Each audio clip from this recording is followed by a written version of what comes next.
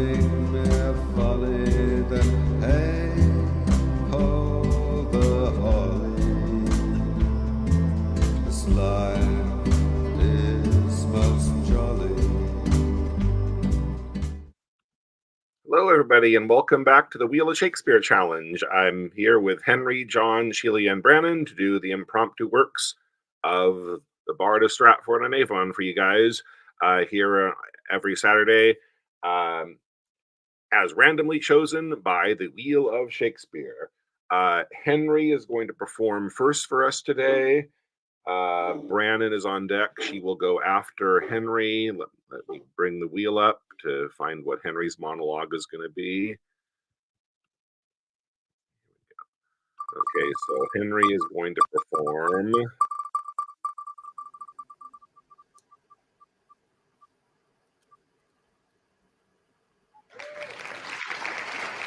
Lady Percy.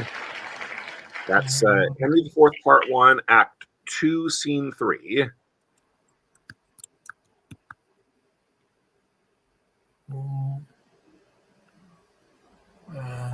War 1, Act 2, Scene 3. Yeah.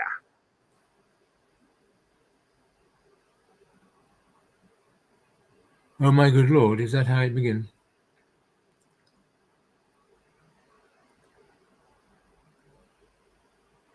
I think so. Yeah, okay.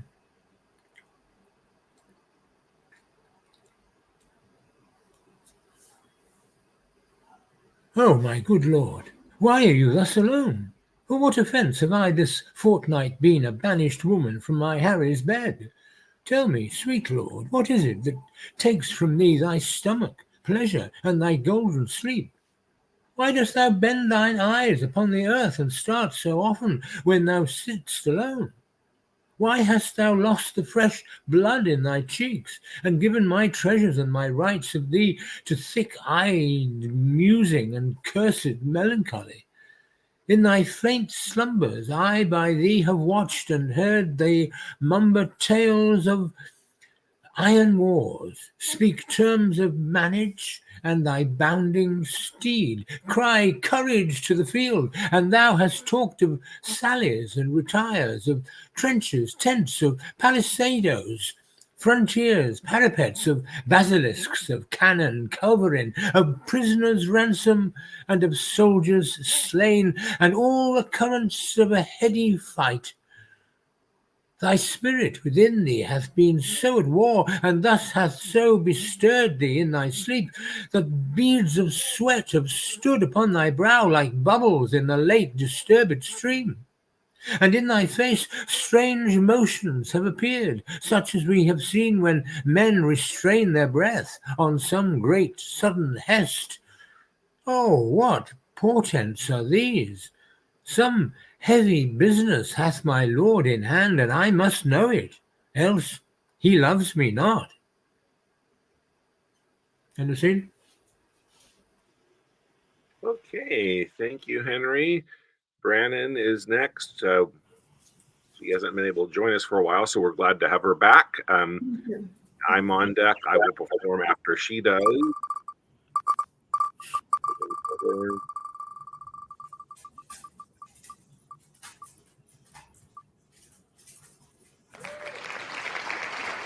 Gosh, ooh, yes, it's Stephen King's Act 4, Scene 1.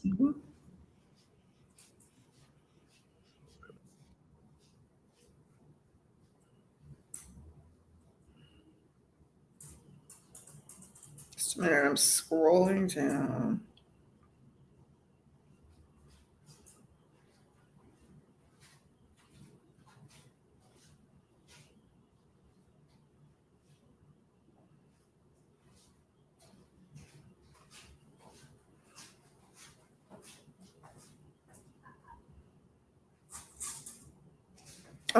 I'm sorry, what was it again? What was the hello? Prospero, we are such stuff as dreams are made. Starts with you do look, my son, and a moved sword as if you were dismayed. That's how it starts. Yeah, which play is it though? I'm sorry. The Tempest. I'm sorry, I thought you. That's what I thought. Tempest, Act 4, Scene 1. Okay.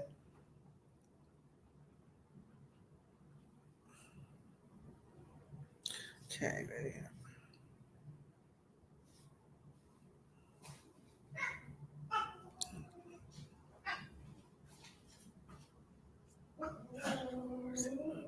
Okay. Act 4, Scene 1. Okay.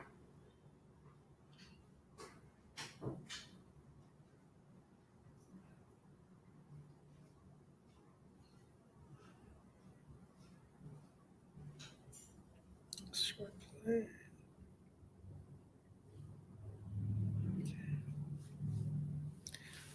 If I have too austerely punished you, your compensation makes amends.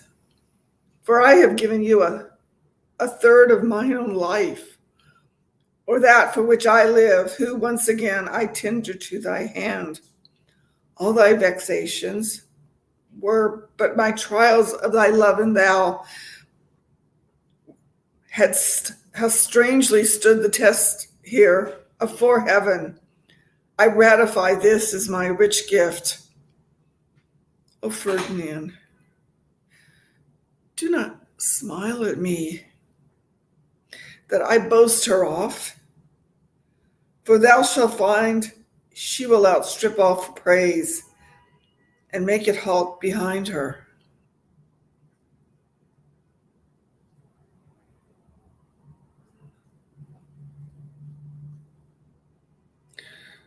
Then as my gift and thine own acquisition, worthily purchased, take my daughter here. But if thou dost break her virgin knot before all sanctimonious ceremonies may be full and holy rite be ministered, no sweet aspiration shall the heavens let fall to make this contract grow, but barren hate, sour-eyed disdain, and discord shall bestrew the union of your bed with weeds so loathy that you shall hate it both. Therefore, take heed, as Hymen's lamps shall light you. Fairly spoke. Sit then and talk with her. She is thine own. What, Ariel? My industrious servant, Ariel. See.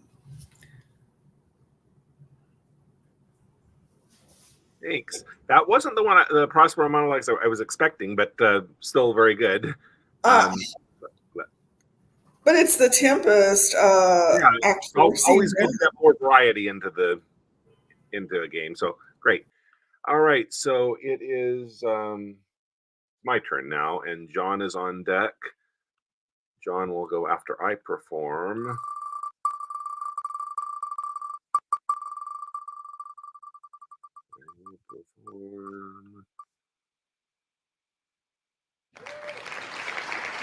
Ooh, I did. Let me go with all those.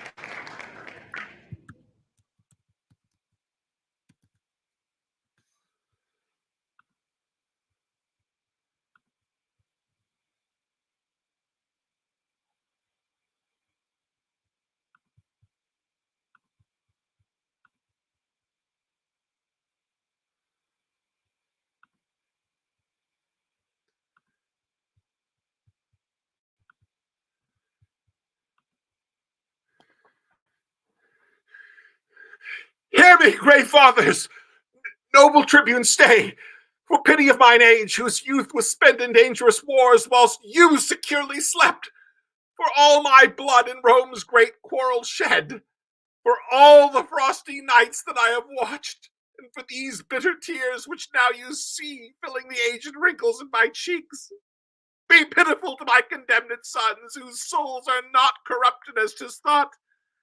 For 22 sons I never wept, because they died in honor's lofty bed. For these tribunes, in the dust I write my heart's deep languor and my soul's sad tears. Let my tears stanch the earth's dry appetite. My son's sweet blood will make it shame and blush. O earth, I will befriend thee more with rain that shall distill from these two ancient urns than youthful April shall with all his showers and summer's drought I'll drop upon the still. In winter, with warm tears, I'll melt the snow and keep eternal springtime on thy face. So thou refuse to drink my dear son's blood. O reverend tribunes, O gentle aged men, unbind my sons, reverse the doom of death, and let me say that never wept before, my tears are now prevailing orators.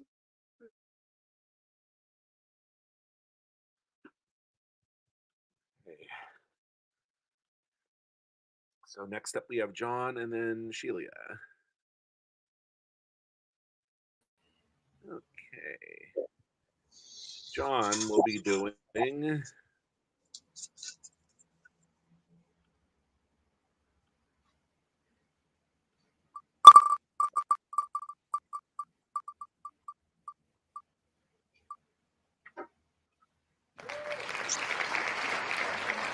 on. I know a bank with a wild time. Act 2, Scene 1. He's speaking to Puck here. Okay. Plan to charm the lovers or charm them into becoming lovers. Act 2, Scene 1. Summer Nights.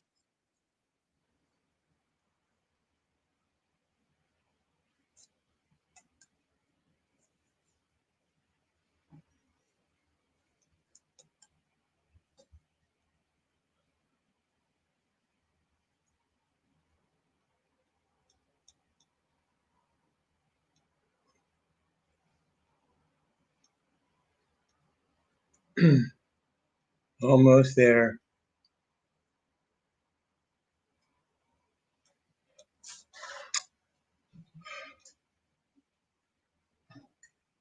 Okay.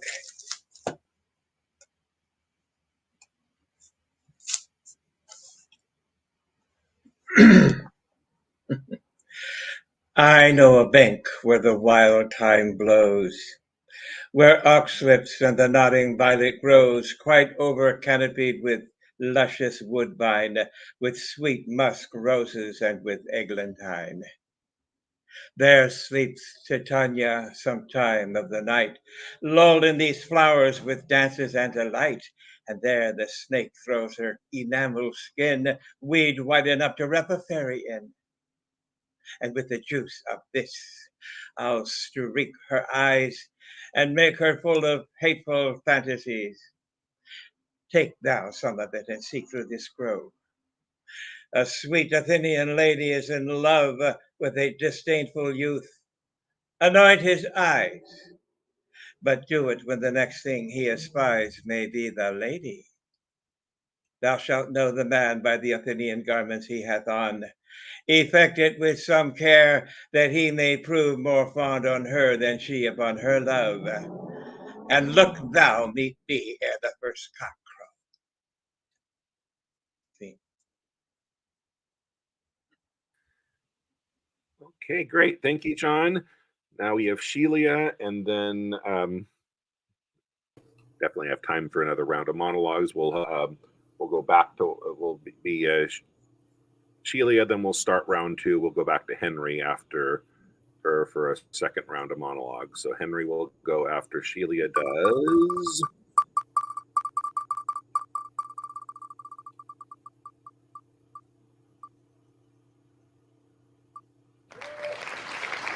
Portia, I pray you tarry.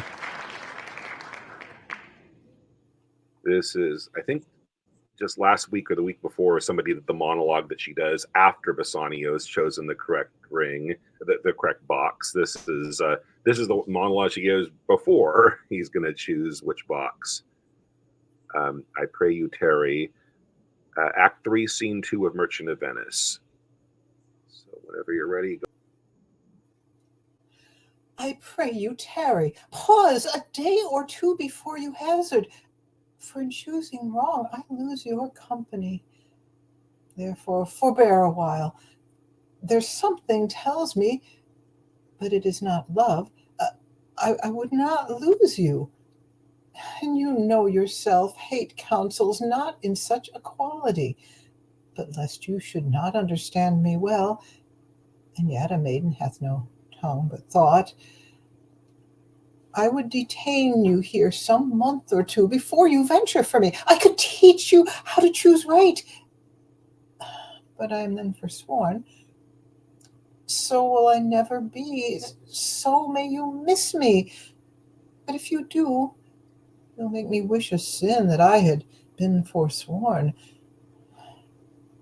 Beshrew your eyes, they have o'erlooked me and divided me. One half of me is yours, the other half yours.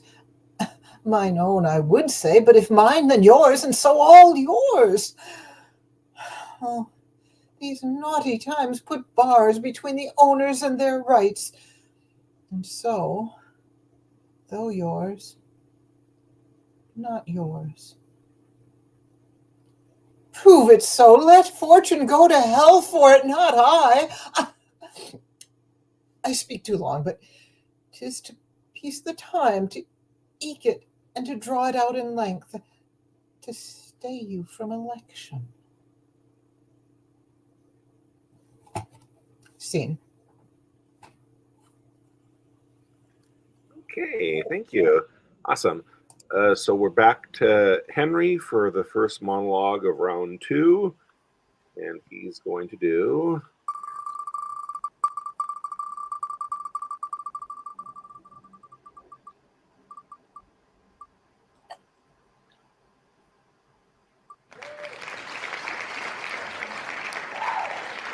King Richard, I have been studying how.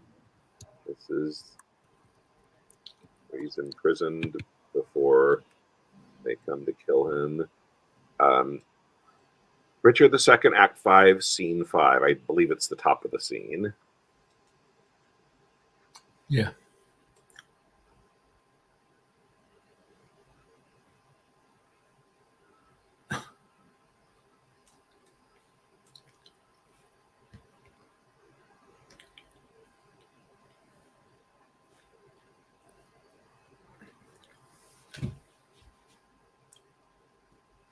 Yeah.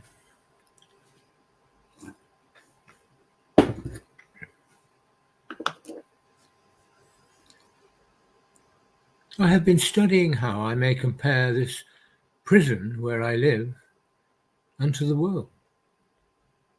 And for because the world is populous, and here is not a creature but myself, I cannot do it. Yet I'll hammer it out. My brain I'll prove the female to my soul the father. And these two beget a generation of still breeding thoughts. And these same thoughts people this little world, in humours like the people of this world, for no thought is contented. The better sort, as thoughts of things divine, are intermixed with scruples, and do set the word itself against the word. And thus come little ones, and then again it is as hard to come as for a camel to thread a postern of a small needle's eye. Thoughts tending to ambition, they do plot unlikely wonders. How these vain weak nails may tear a passage through the flinty ribs of this hard word, my ragged prison walls, and for they cannot die in their own pride. Thoughts tending to content flatter themselves that they are not the first of fortune's slaves, nor shall not be the last. Like silly beggars who, sitting on the stocks, refuse their shame that many have and others must sit there. And in this thought they find a kind of ease, bearing their own misfortunes on the back of such as have before endured the like. Thus play I in one person many people, and none contented. Sometimes I am a king. Then treasons make me wish myself a beggar, and so I am. Then crushing penury persuades me I was better when a king. Then am I kinged again, and by think that I am unkinged by Bolingbroke, and straight am nothing. But whate'er I be, nor I nor any man that but man is with nothing shall be pleased, till he be eased with being nothing. Music do I hear? Ha! Keep time.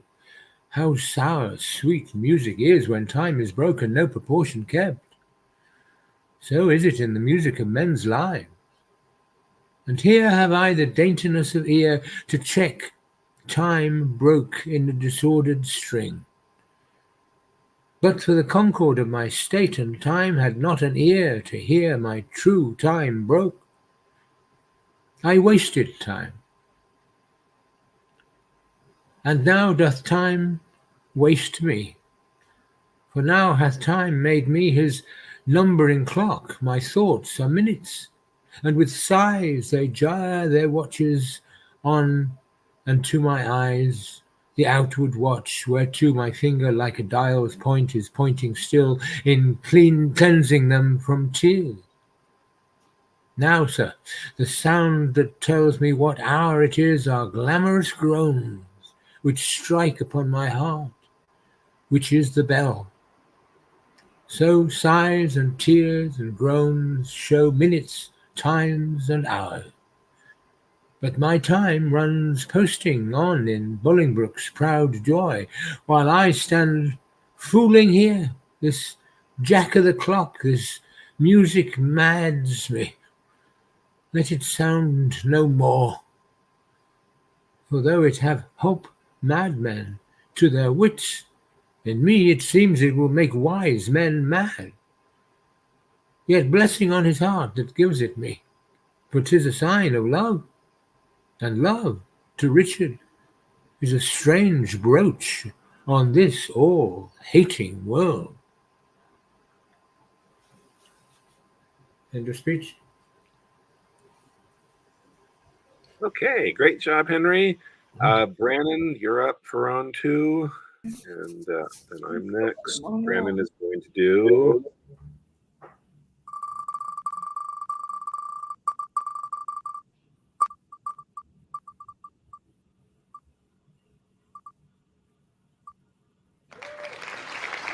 wild card. You do whatever you want.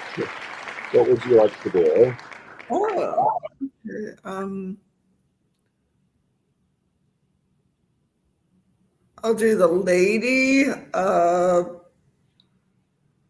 I'm not sure what scene it is, what actor scene, but it's where right before the murder of What play? sorry, Macbeth. I Lady hesitate to say. Macbeth? Yeah. Okay.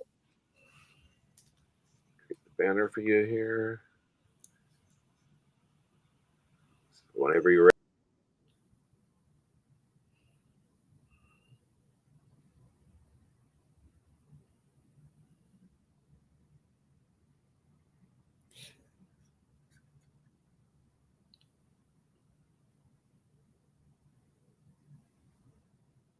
Okay, it's back one more.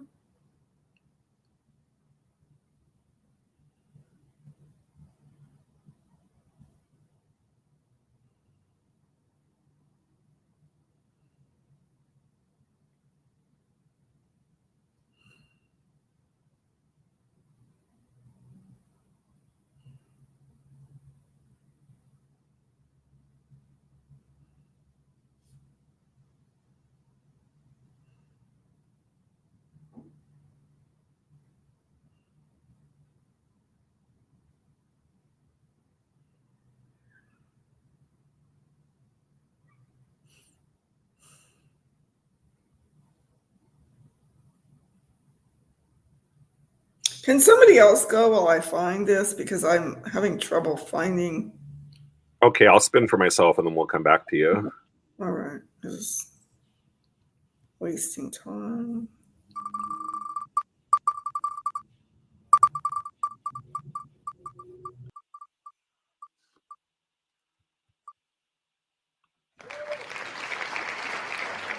Other one from Macbeth.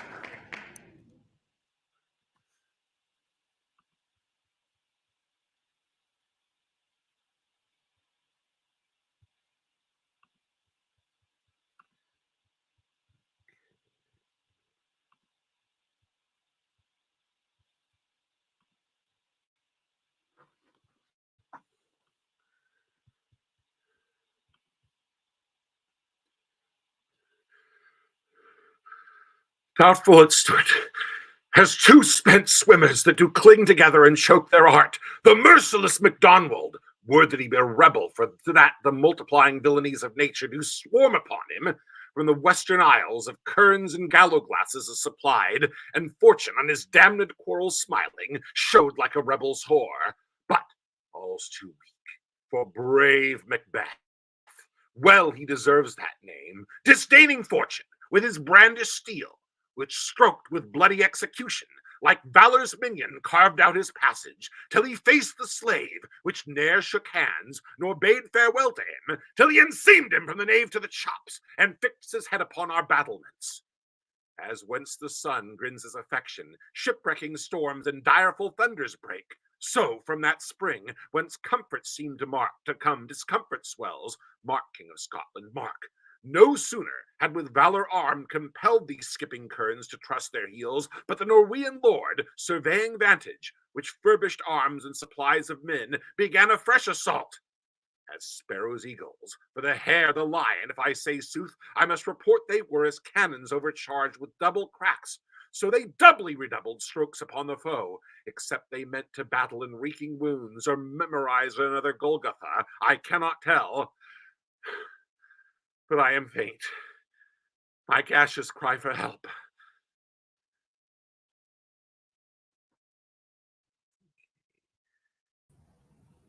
So, Brandon, have you found your... Yeah, it's Act 1, Scene 7. Okay, so whenever you're ready, go ahead.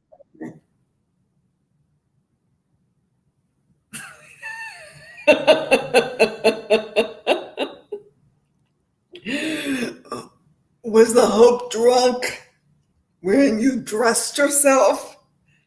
Hath it slept since? And wakes it now to look so green and pale at what it did so freely? From this time such I account thy love. Art thou afeard to be the same in thine own act and valor as thou art in desire? Wouldst thou have that which thou esteemest the ornament of life, and live a coward in thine own esteem? Oh, letting I dare not wait upon, I would, like the poor cat in the adage. What beast was it then that made you break this enterprise to me? What made you durst do it that you were a man? And to be more than what you were, you would be much more the man. Nor time, nor place did then adhere, and yet you would make both that had made themselves, and that their fitness now does unmake you. I have given suck, and know how tender it is to love the babe that milks me. I would, while it was smiling in my face, have plucked my nipple from its boneless gums and dashed the brains out, had I so sworn as you have done to this.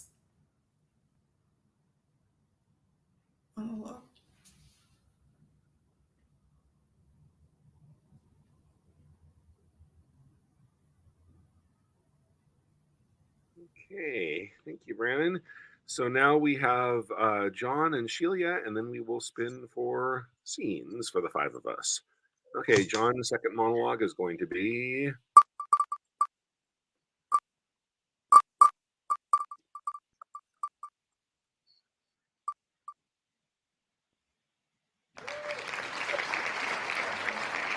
Mark Antony, oh, pardon me. Julius Caesar, Act 3, Scene 1. I think this is the one that concludes with a cry havoc and let slip the dogs of war. Julius Caesar, Act 3, Scene 1 begins, "Oh, pardon me." Okay. Are you ready?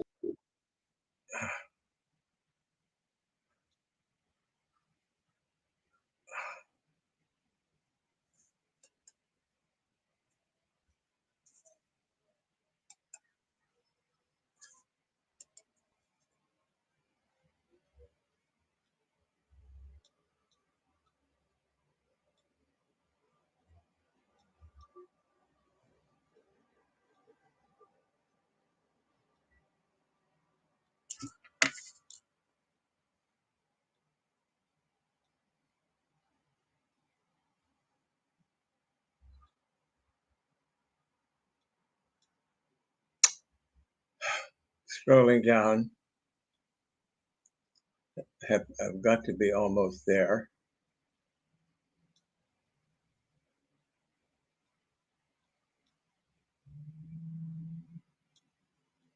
Okay.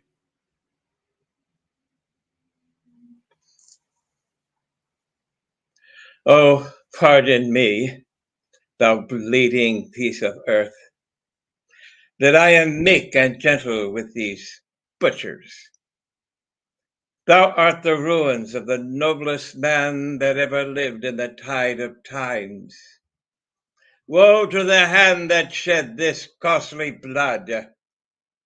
Over thy wounds now do I prophesy, which, like dumb mouths, to ope their ruby lips, to beg the voice and utterance of my tongue, a curse shall light upon the limbs of men. Domestic fury and fierce civil strife shall cumber all the parts of Italy.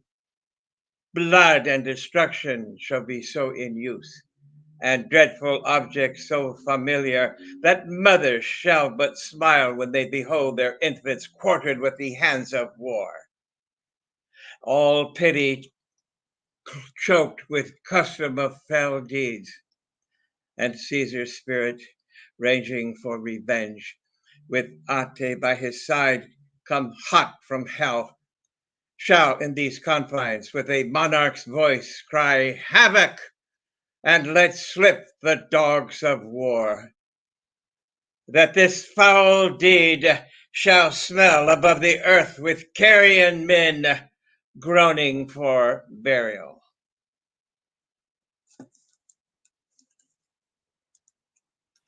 At the end. Okay, great. So now we have Sheila, and then I saw Eleanor just briefly popped in, and if she makes it back in, we'll have her go before we spin for scenes, but otherwise, Sheila is here for her next monologue, which is going to be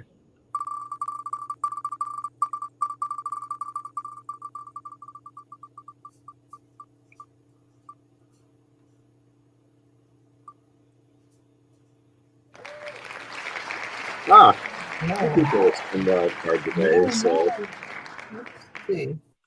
so what would you I like had to just do? put away my list because I didn't think there would be two wild cards in the same same session. Let's see. What are the odds? Alrighty, almost there. What are you looking for so I can type it into the banner? No, I already have some pulled together. I just needed to, let's see.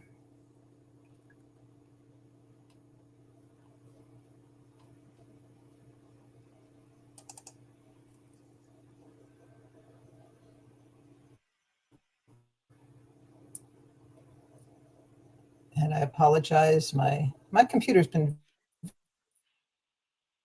very, very slow today in every way. Let's see.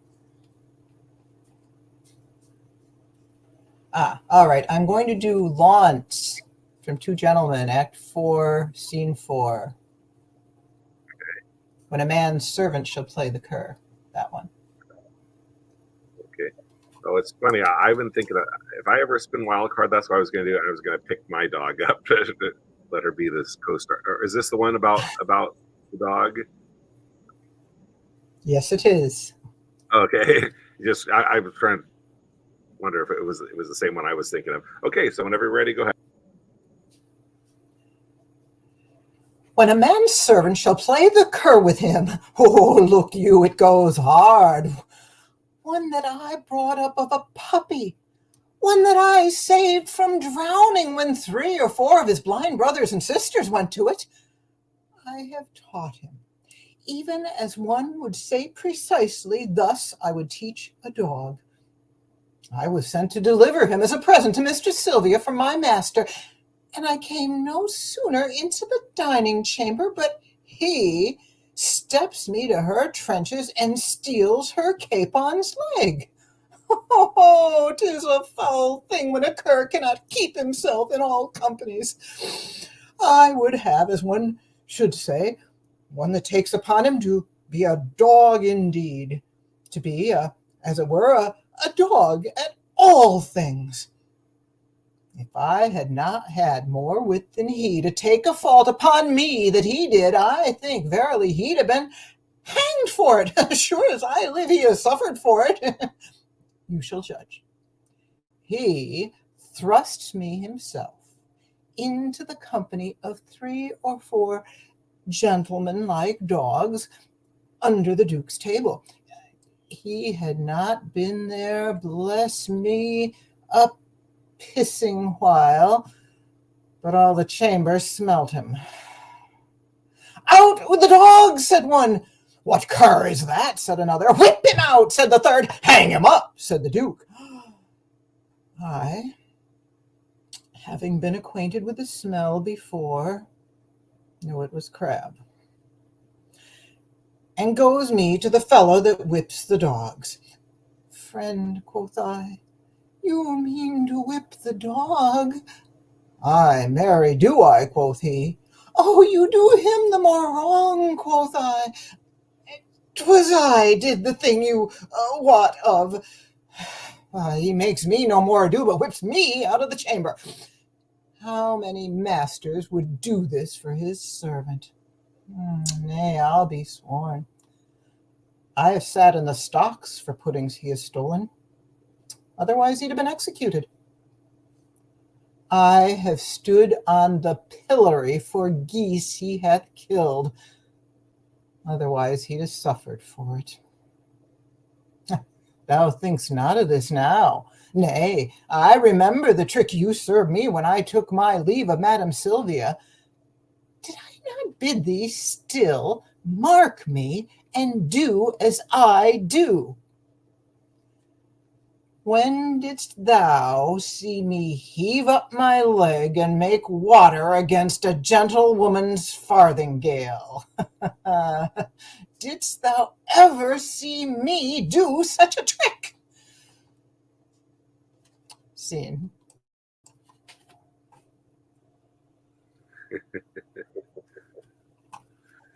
Okay, great. So Eleanor just joined us. We'll get a monologue from her before we go for the scenes, and she's going to do.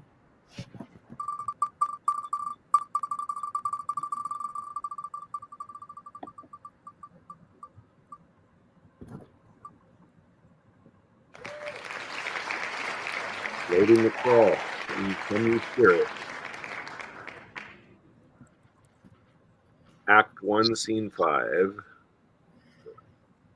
That is a favorite of mine. Yeah. I think you could even start earlier than that and skip, the servant that comes in, however it's comfortable for you, to make it continuous. So whenever you're ready. What line are we speaking of?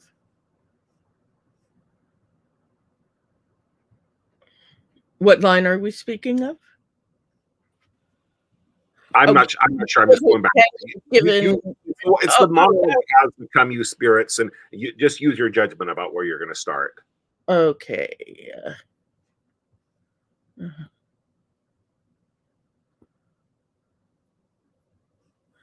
Okay.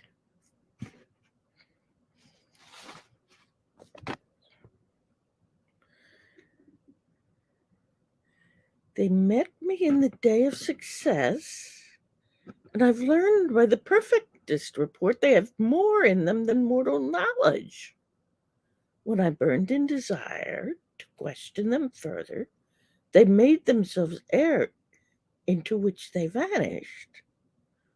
Whilst I stood wrapped in the wonder of it, came missives from the king, who all hailed me Thane of Cawdor, by which title before these weird sisters saluted me, and referred me to the coming on of time with Hail, King, that shalt be. This have I thought good to deliver thee, my dearest partner of greatness, that thou mightst not lose the news of rejoicing by being ignorant of what greatness is promised thee. Lay it to thy heart, and farewell. Glammest thou heart and Calder, and shalt be what thou art promised. Yet do I fear thy nature, it is too full of the milk of human kindness to catch the nearest way. Thou wouldst be great, art not without ambition, but without the illness should attend it. What thou wouldst highly, that wouldst thou wholly, wouldst not play false, and yet wouldst wrongly win. Thou'st have, great Glamis, that which cries, thus thou must do if thou have it, and that which rather thou dost fear to do than wishest should be undone. Highly hither, that I may pour my spirits in thine ear, and chastise with the valor of my tongue all that impedes thee from the golden round, which fate and metaphysical aid doth seem to have thee crowned withal. What is your tiding? The king comes here tonight, thou'rt mad to say it. Is not thy master with him, who wert so would have informed for preparation? Give him tending, he brings great news. The raven himself is hoarse, that croaks the fatal entrance of Duncan under my battlements. Come, you spirits that tend on mortal thoughts, unsex me here, and fill me from the crown to the toe top full of direst cruelty. Make thick my blood, stop up the access and passage to remorse, that no compunctious visitings of nature shake my fell purpose, nor keep peace between the effect and it. Come to my woman's breasts, and take my milk for gall, you murdering ministers, wherever in your sightless substances you wait on nature's mischief. Come, thick night, and Polly in the dunnest smoke of hell, that my keen knife see not the wound it makes, nor heaven peep through the blanket of the dark to cry, hold, hold! Great Glamis, worthy Calder, greater than both by thee I'll hail hereafter. Thy letters have transported me beyond this ignorant present, and I feel now the future in the instant.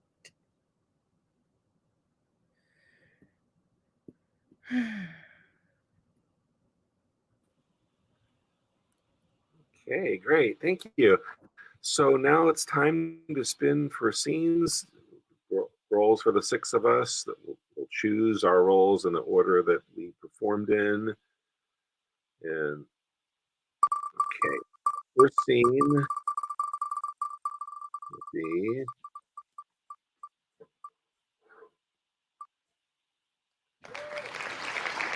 All's Well That Ends Well, Act 4, Scene 2, Bertram and Diana.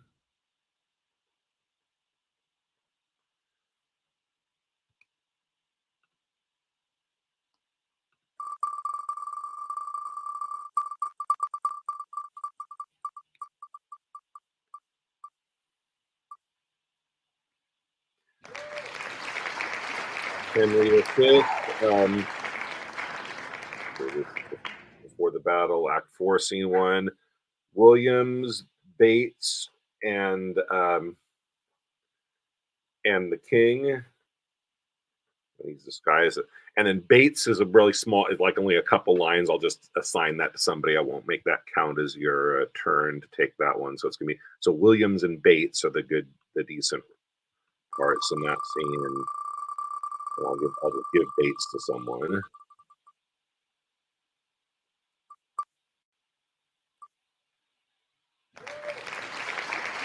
And Richard the Third, Richard and Ellen.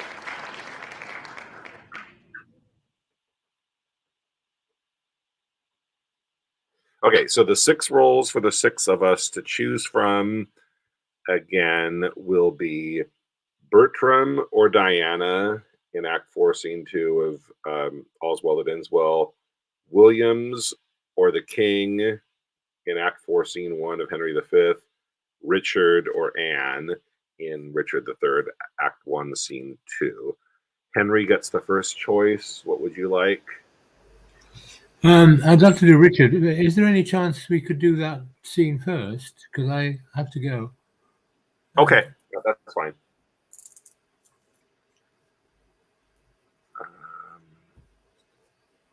Brandon chooses next. What would you like?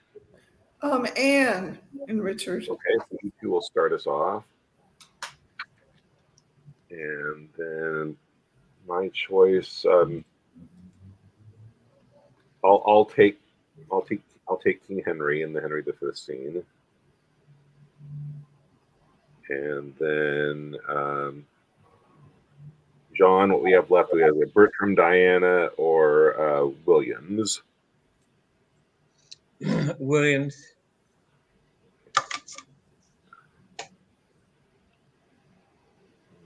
Okay, and then Sheila and Eleanor then are going to do the Bertram and Diana scene. Sheila, do you want to be Bertram or Diana?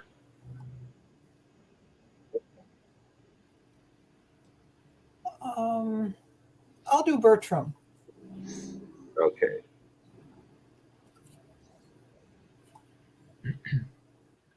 Okay, so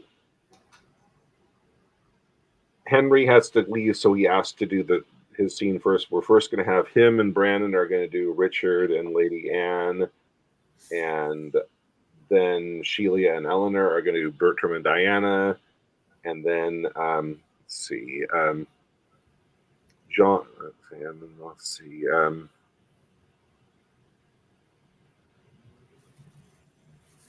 I'll have Brandon, because you're going first. You'll have had more time to have regrouped. If you could also fill in the Bates and the Henry V scene, so it'll be John, Brandon, and me in the Henry V scene. Okay, so let me create the banner for Richard and Lady Anne.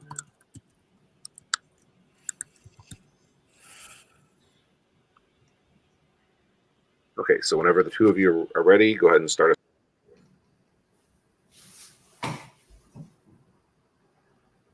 I'm not in at the beginning.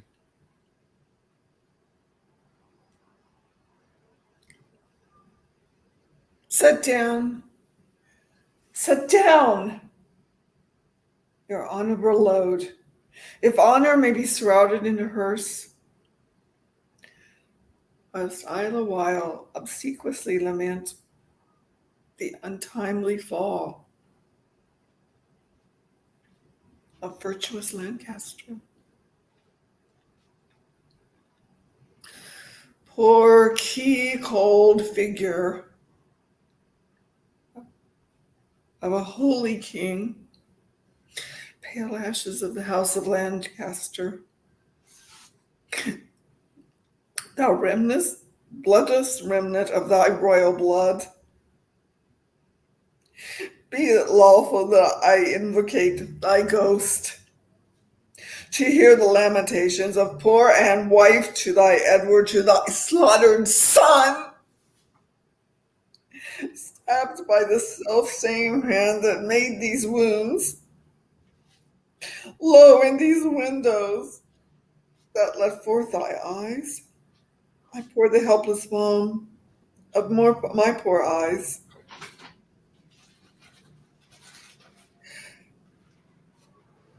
Cursed be the hand that made these fatal holes. Cursed be the heart that had the heart to do it. Cursed the blood that had this blood from hence.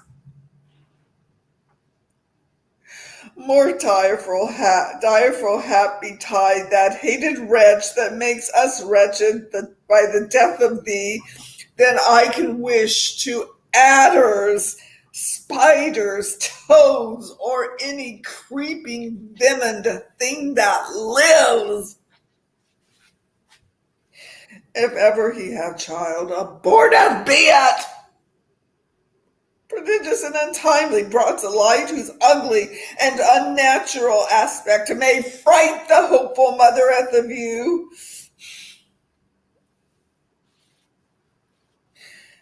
And that be heir to his unhappiness. If ever he have wife, let her be made as miserable by the death of him as I am made by my poor lord and thee. Come. Now towards Chertsey, with your holy load, taken from Paul's to be interred there. And still as you are weary of the wait, rest you while I limit King Henry's course. Stay, you that bear the course, and set it down. What black magicians conjures up this fiend to stop devoted charitable deeds? Villain, set down the course, or by St. Paul I'll make the course of him that disobeys.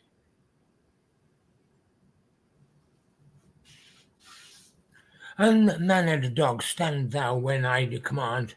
Advance thy halbert higher than my breast, or by St. Paul I'll strike thee to my foot, and spurn thee, beggar, for thy boldness. What? Do you tremble? Are you all afraid?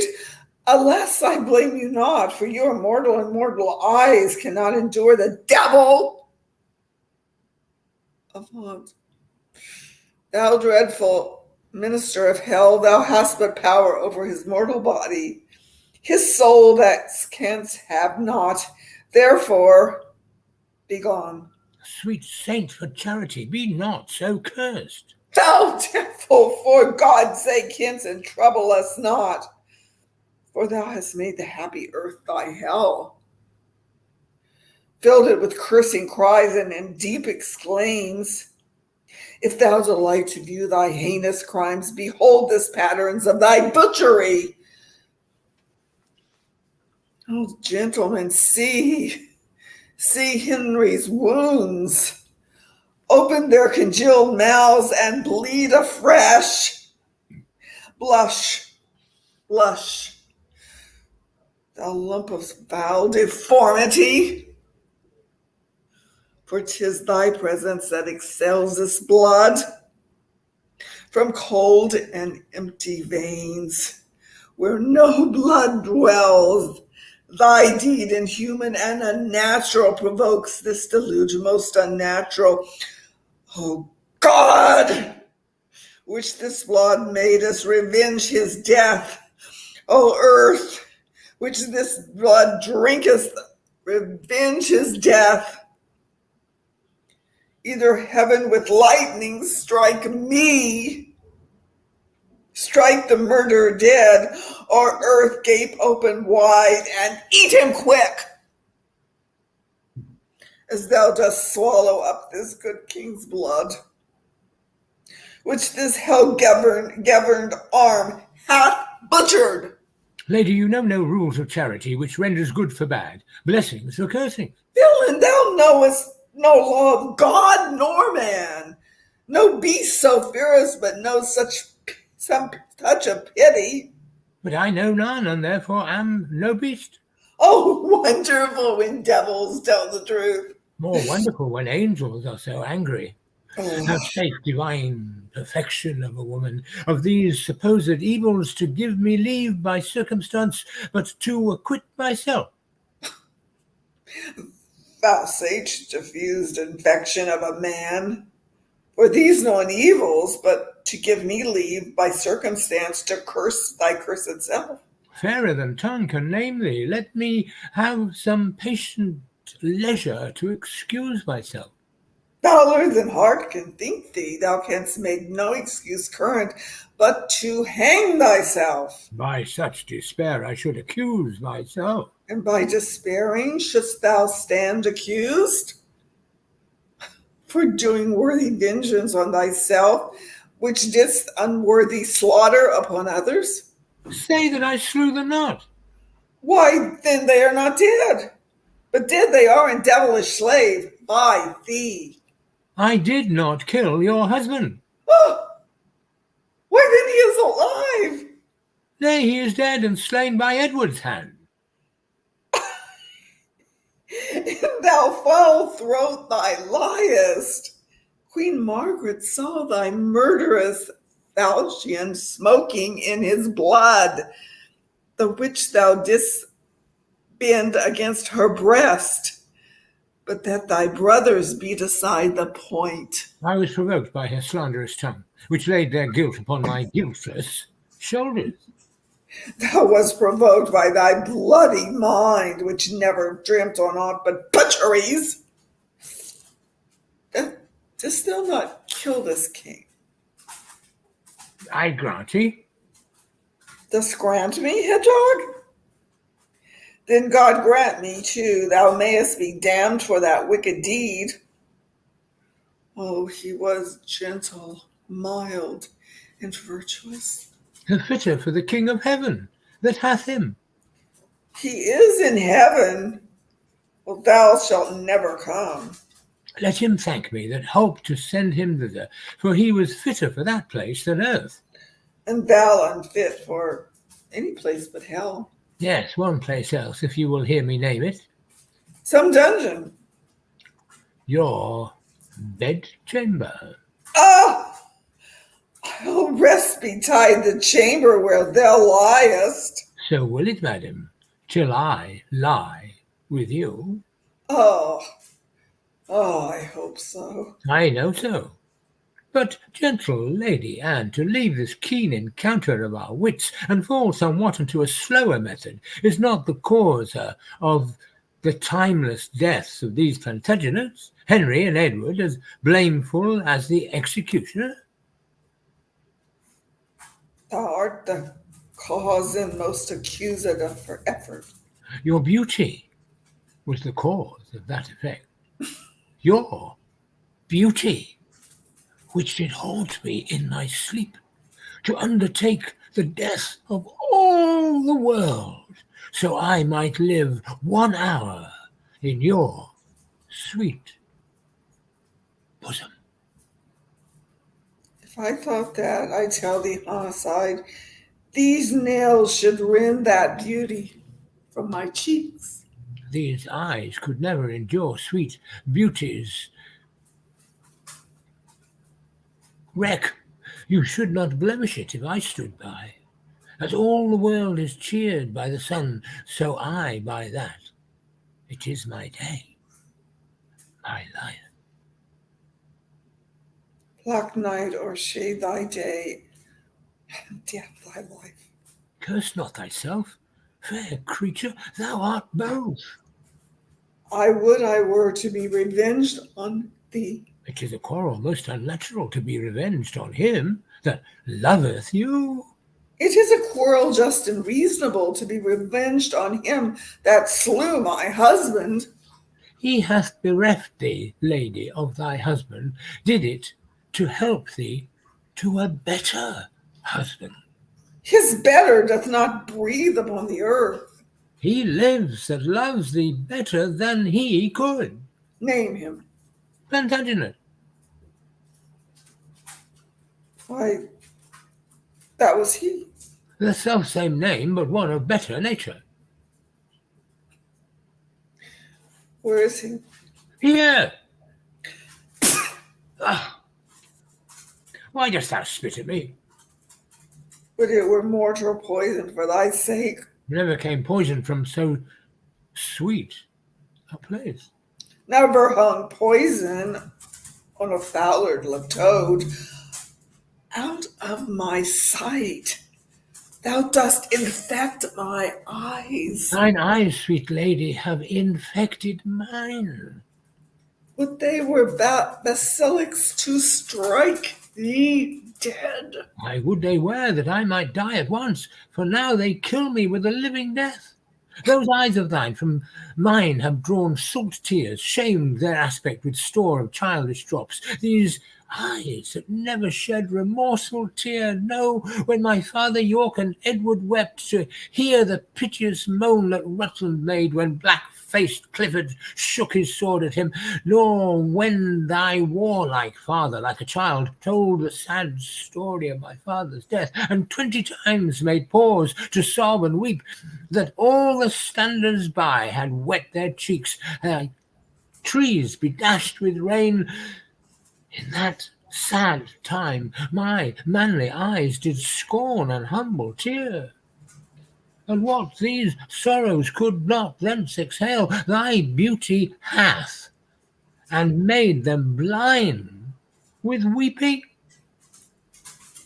I never sued a friend nor enemy. My tongue could never learn sweet smoothing word, but now thy beauty is proposed my fee, my proud heart sues, and prompts my tongue to speak. Teach not thy lips such scorn, for they were made for kissing, lady, not for such contempt. If thy revengeful heart cannot forgive, lo, here I lend thee this sharp-pointed sword, which if thou please to hide in this true bosom, and let the soul forth that adoreth thee, I lay it naked to the deadly stroke, and humbly beg the death upon my knee. Nay, do not pause, for I did kill King Henry, and 'twas thy beauty that provoked me. Nay, now dispatch. 'Twas I that stabbed young Edward, but 'twas thy heavenly face that set me on. Take up the sword again, or take up me. Arise, dissembler. Though I wish thy death, I will not be thy executioner. Then bid me kill myself, and I will do it. I have already. Tush, that was in thy rage. Speak it again, and even with the word, that hand which for thy love did kill thy love shall for thy love kill a far truer love. To both their deaths thou shalt be accessory. Oh, I wish I knew thy heart. 'Tis figured in my tongue. I fear both are false. Then never man was true. Well, I'll put up your sword. Say then my peace is made. Shall know hereafter. But shall I live in hope? Amen. I hope live so. Vouchsafe to wear this ring. To take is not to give.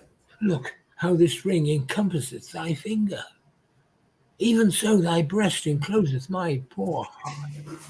Wear both of them, for both of them are thine, and if thy poor devoted suppliant may but beg one favour at thy gracious hand, thou dost confirm his happiness forever. What is it? That it would please thee leave these sad designs to him that hath more cause to be a mourner, and presently repair to Crosby Place, where, after I have solemnly interred at Chertsey Monastery this noble king, and wet his grave with my repentant tears, I will, with all expedient duty, see you. For divers unknown reasons, I beseech you, grant me this boon. With all my heart, and much it joys me too to see you are becoming so penitent. Trestle and Berkeley, go along with me. Bid me farewell. 'Tis more than you deserve, but since you teach me how to flatter you, imagine I have said farewell already.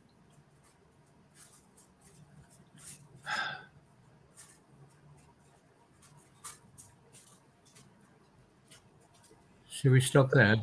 Okay, grab you two. Um, so let's see. Now we have Shelia and Eleanor to do Bertram and Diana. Act 4, Scene 2, and All's Well That Ends Well. Whenever you're ready. They told me that your name was Fontabelle. No, my good lord, Diana.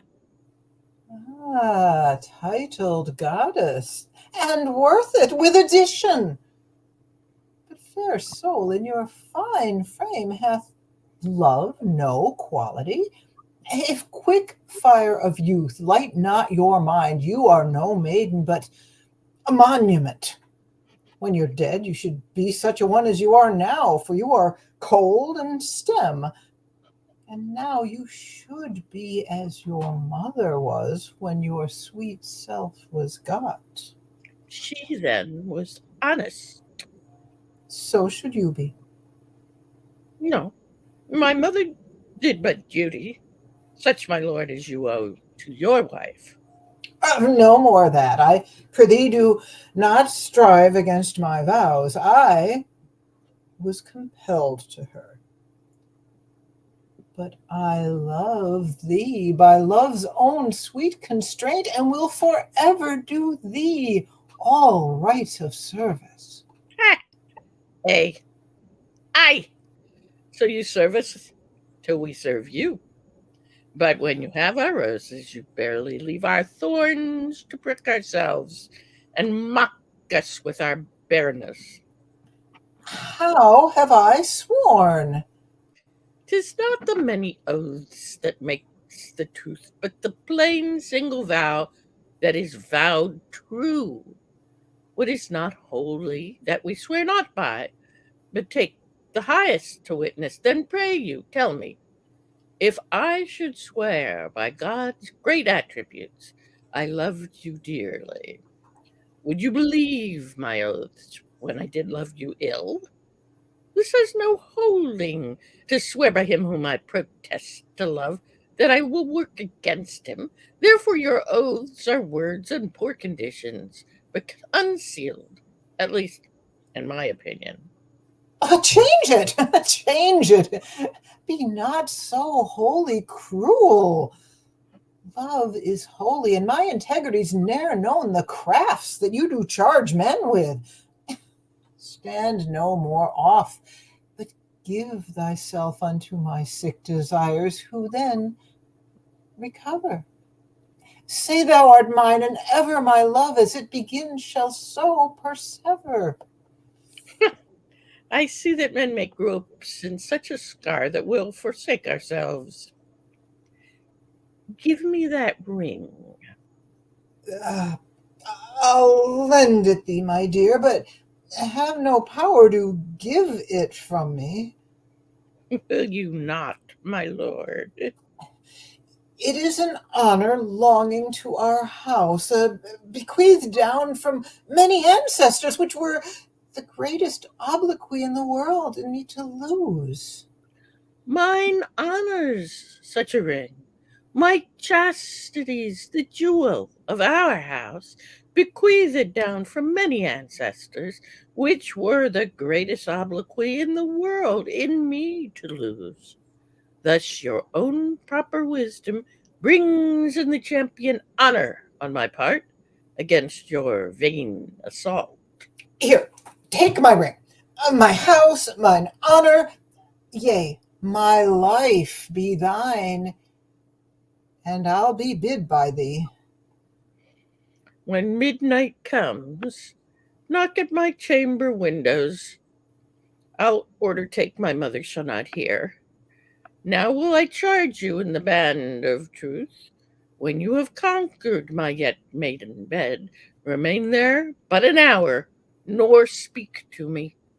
My reasons are most strong, and you shall know them when back again this ring shall be delivered.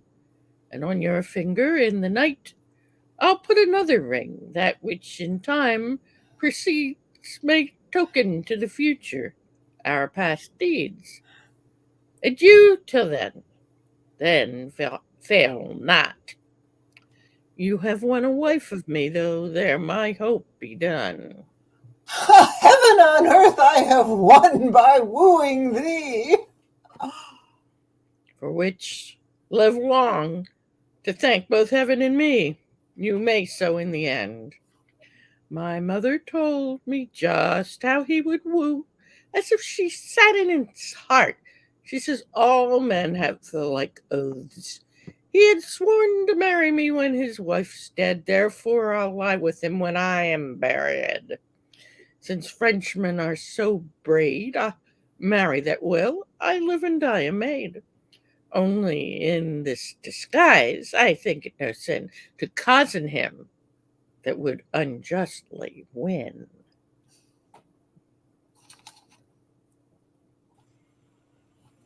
Okay, thank you. So our last scene for the day will be the scene where King Henry's in disguise as a regular soldier and runs into Williams and Bates. And John was taking Williams, and Brandon, I asked if you could take the small role of Bates. Nobody would want to make that their turn because there's not very many lines, so I just gave it to somebody who's already gone. And I just figured we would start with with Williams as who goes there, and we'll stop it before I do my Upon the King monologue, because that's a great monologue. This stands alone. It's on the monologue wheel. So are both of you know where we're starting from? You're ready to go? Yes. Okay, so start us off, John. Who goes there? A friend. Under what captain serve you? Under Sir Thomas Erpingham. A good old commander and most kind gentleman. I pray you, what thinks he of our estate? Even as men wrecked upon a sand that looked to be washed off the next tide. Oh, he hath not told his thoughts to a king. No, nor it is not meet he should. For though I speak to you, I think the king is but a man, as I am. The violet smells to him as it doth to me. The element shows to him as it doth to me. All his senses have but human conditions. His ceremonies laid by, in his nakedness he appears but a man. And though his affections are higher mounted than ours, yet when they stoop with the like wing. Fears, out of doubt, be the same relish as ours. Yet in reason no man should possess him with any appearance of fear, lest he by showing it should dishearten his army. He may show what outward courage he will, but I believe as cold a night as 'tis, he could wish himself in Thames up to the neck. And so I would he were, and by him at all adventures, so we were quit here. By my troth, I will speak my conscience of the king. I think he would not wish himself anywhere but where he is. Oh, then I would he were here alone, so should he be he's sure to be ransomed, and many poor men's lives saved. I dare say you love him not so ill to wish him here alone, howsoever you speak this to feel other men's minds. Methinks I could not die anywhere so contented as in the king's company, his cause being just and his quarrel honorable. That's more than we know. I am more than we should seek about, for we know enough. If we know we are king's subjects, if his calls be wrong, our obedience to the king wipes the crime of it out of us. But if the cause be not good, the king himself have a heavy reckoning to make. When all those legs and arms and heads chopped off in battle shall join together in the latter day and cry all, we died at such a place. Some swearing, some crying for a surgeon, some upon their wives left poor behind them, some upon the debts they owe, some upon the child Raleigh left. I am afeard that there are few die that well die in a battle. Or how can they charitably dispose of anything when blood is their argument? Now, if these men do not die well, it will be a black matter for the king that led him to it, whom to disobey were against all proportion of subjection. So, if a son that is by his father sent about merchandise do sinfully miscarry upon the sea, the imputation of his wickedness by your rule should be imposed on his father that sent him. Or if a servant under his master's command transporting a sum of money be assailed by robbers and die in many irreconciled iniquities, you may call the business of the master the author of the servant's damnation. But this is not so. The king is not bound to answer the particular endings of his soldiers, the father of his son, nor the master of his servant. For they purpose not their death when they purpose their services. Besides, there is no king, be his cause never so spotless, if it come to the arbitrament of swords, can try it out with all unspotted soldiers. Some, peradventure, have on them the guilt of premeditated and contrived murder, some of beguiling virgins with the broken seals of perjury, some making the wars their bulwark, that have before gored the gentle bosom of peace with pillage and robbery. Now, if these have defeated the law and outrun native punishment, though they can outstrip men, they have no wings to fly from God. War is his vengeance, and so that men here are punished for before breach of the king's laws is now the king's quarrel. Where they feared death, they have borne life away, and where they would be safe, they perish. Then if they die unprovided, no more is the king guilty of their damnation than he was guilty of those impieties for the which they are now visited. Every subject's duty is the king's, but every subject's soul is his own. Therefore should every soldier in the wars do as every sick man in his bed, wash every mote out of his conscience, and dying so, death is to him advantage. Or not dying, the time was blessedly lost, wherein such preparation was gained, and in him that escapes, it were not sin to think that making God so free an offer, he let him outlive that day to see his greatness, and teach others how they should prepare. 'Tis certain every man that dies ill be ill upon his own head. The king is not to answer it. But I do not desire he should answer for me, and yet I determine to fight lustily for him. I myself heard the king say he would not be ransomed. Aye, he said so, to make us fight cheerfully. But when our throats are cut, he may be ransomed, and we ne'er the wiser. If I live to see it, I will never trust his word after. Will you pay him then? That's a perilous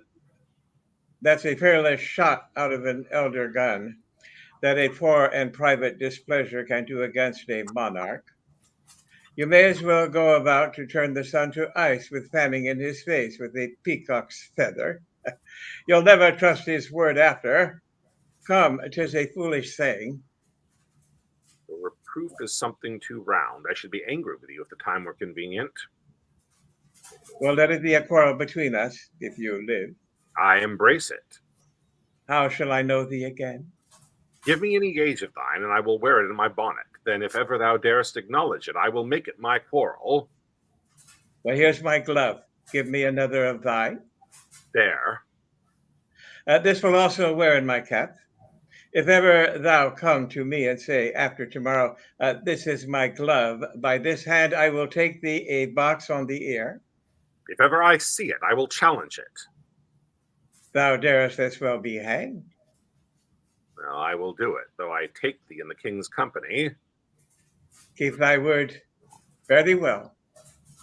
Be friends, you English fools. Be friends. We have French quarrels now. If you could tell how to reckon. Indeed, the French may lay 20 French crowns to one. They will beat us, for they bear them on their shoulders. But it is no English treason to cut French crowns, and tomorrow the king himself will be a clipper. Okay. Then we go into the great monologue that follows. Okay, great job today, everybody. Great performing with you as always. Look forward to seeing you same time next week for the Wheel of Shakespeare Challenge and every Saturday thereafter. And actually, I'm just thinking about it. I think next Saturday is the last Saturday before Halloween, so I might, if I get a chance to look over, so I've done it before in the past. Altered the game to specifically have monologues with a spooky theme that are, ghost characters and so forth. I'll see if I have time, I'll organize something like that. But either way, look forward to seeing you guys same time next week for the Wheel of Shakespeare Challenge and every Saturday thereafter. Take care. See you guys around. Bye now.